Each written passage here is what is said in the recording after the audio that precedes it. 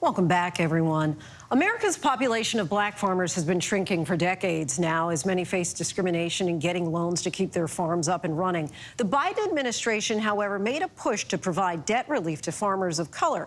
But more than 2 years later, many of the intended recipients are still waiting for relief. So in tonight's Prime Focus, ABC's Rachel Scott takes a look at why black farmers aren't getting the help they need. It's the latest installment of her series, Through the Cracks.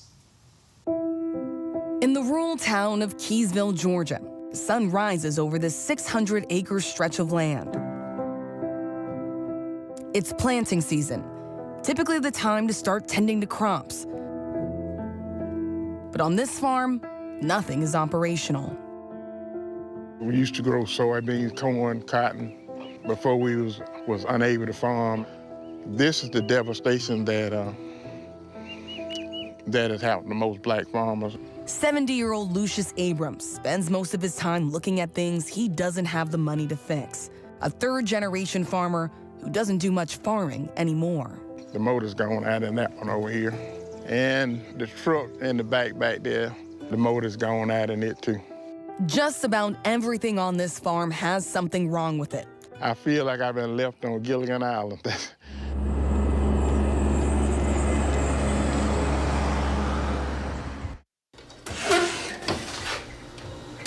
Over the last 3 decades, Lucius says he has received letters from the federal government promising to wipe out his debt. How much debt have you acquired over the years? With the interest and everything, probably 1.2. 1.2 million? Yeah. Mm-hmm. And have you received any assistance? No. Lucius is one of thousands of black farmers across the country who were promised debt relief from the federal government and say they still haven't received anything.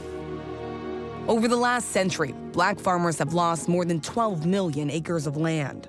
In 1920, 14% of all farms were operated by black farmers.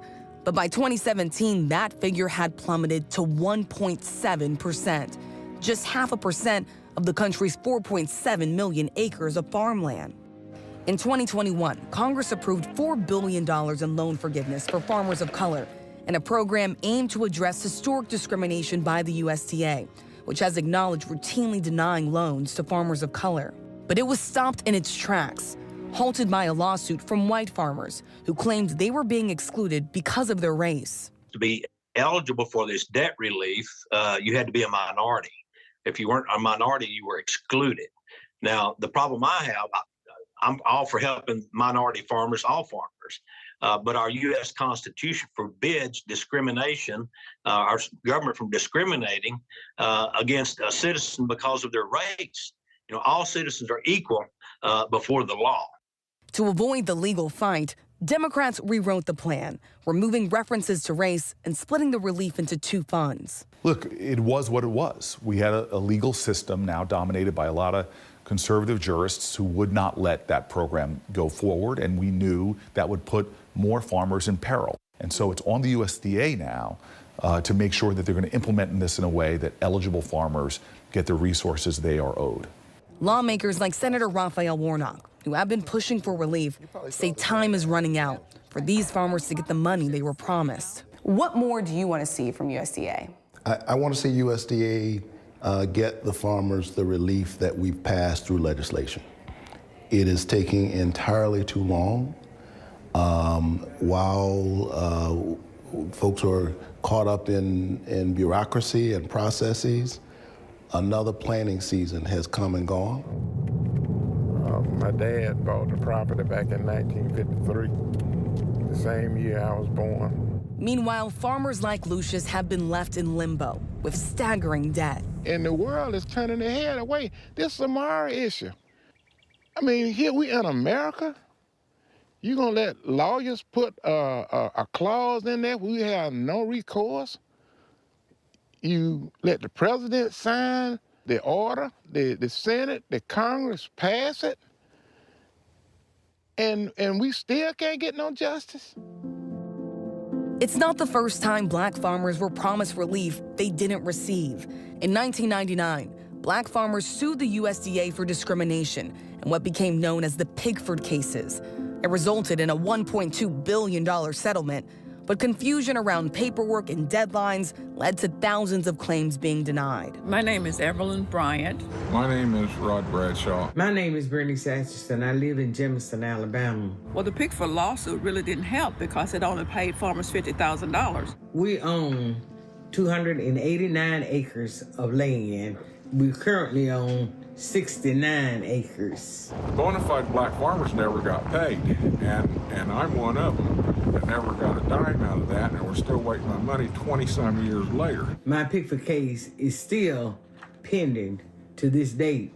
More than 19,000 distressed farmers have received aid from the relief programs, but the USDA is not tracking loan recipients by race, making it difficult to see the impact. Can the USDA commit to releasing information on who is getting this money by race? I think we can agree that, yes, we recognize that there were enough disparities in loan performance among black and brown farmers that we needed to do something.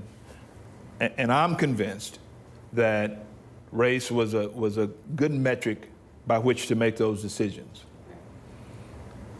But we were sued. Why not just put the data out there, be transparent, release it by race at some point? We have decided to focus on following the mandate of the law. Right now, we're focused on implementing it and getting people back farming and participating in programs as fully as they can. Dr. Dwayne Goldman oversees efforts to address racial disparities at the USDA and acknowledges the distrust. Do you understand why some black farmers out there could be skeptical? Absolutely. I've had conversations with Secretary Vilsack and my other colleagues across the department. In these positions, our task is to move forward as boldly as we can and make sure that we do the work that's required. So bottom line, more work to do on that front. A lot more work to do on that front, but some promising examples of progress that we're seeing now. And here goes Senator Warren out on page to be here. Soon after ABC News asked the USDA about Lucius's case, he did receive notice from the department that his debt had been forgiven, relief he's been waiting on for years. What will that moment be like for you when you're back out here farming on this land? Exciting, because I love to see things grow. I love to just smell the fresh dirt. This time of the year when you till the dirt, it's a feeling that you can't describe. Much needed help at long last. Our thanks to Rachel Scott for that.